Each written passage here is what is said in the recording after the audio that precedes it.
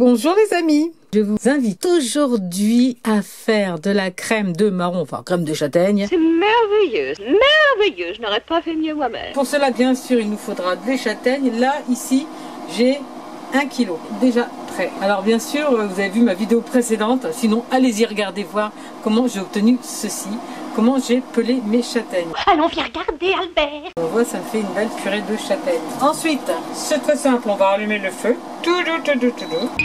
Voilà, j'ai récupéré quelques petits bocaux qui sont en train de bouillir.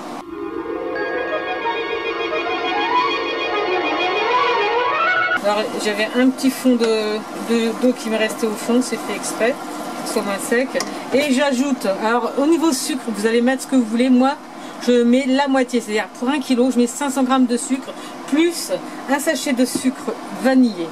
Et après, il nous faudra de la vanille. Et puis maintenant, on va cueillir ça. Alors l'idée, c'est surtout que ça n'attache pas. Donc on va cueillir. Alors bien sûr, hein, c'est plein de morceaux, c'est normal. Bon, pour les pots, hein, quelques minutes suffisent à tuer les microbes. On les égoutte sur un chiffon propre et on les réserve pour les remplir ensuite. Alors, dès que le sucre a fondu, on attend le premier bouillon. Quand on a les petites bulles, 5 minutes suffiront à faire cette crème de marron. C'est cette chose-là. Donc on surveille toujours bien notre cuisson. Hein. Il faut que ça bouillonne hein, quand même. Hein. C'est comme de la confiture en fait. Hein. Donc vous y allez tranquille, il faut que ça bouillonne. Et hop. Mes 5 minutes sont passées, j'arrête. Je touille un peu pour que ça refroidisse légèrement avant de mettre ma vanille. C'est mieux. Et avant de mixer.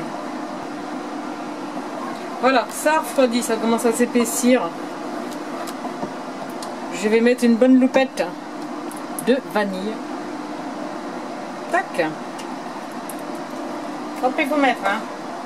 Selon ce qu'on aime ou pas la vanille, on va en mettre plus ou moins. Il ne reste plus qu'à mixer. Avec le plongeon d'abord, et puis après vous pouvez le finir dans un blender pour avoir vraiment une texture très très lisse, qu'on n'obtiendrait pas avec celui-là. Alors surtout attention aux projections. On va doucement.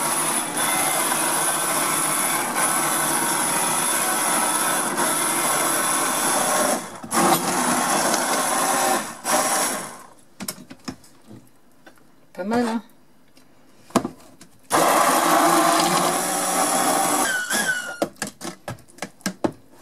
Regardez, ça fait une jolie texture. Ensuite, il ne reste qu'à mettre en pot.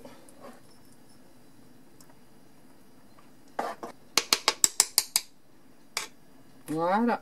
Mais c'est pas tout, mais c'est pas tout. On ferme le pot et on le met à l'envers. Comme ça, il sera stérile. Et puis voilà, c'est bon à consommer dès que c'est froid. Hein. Sur des crêpes, sur des trucs. Vous avez déjà les recettes de tout ça. Donc je vous dis à bientôt pour une nouvelle vidéo. Toujours tendance à faire les choses moi-même.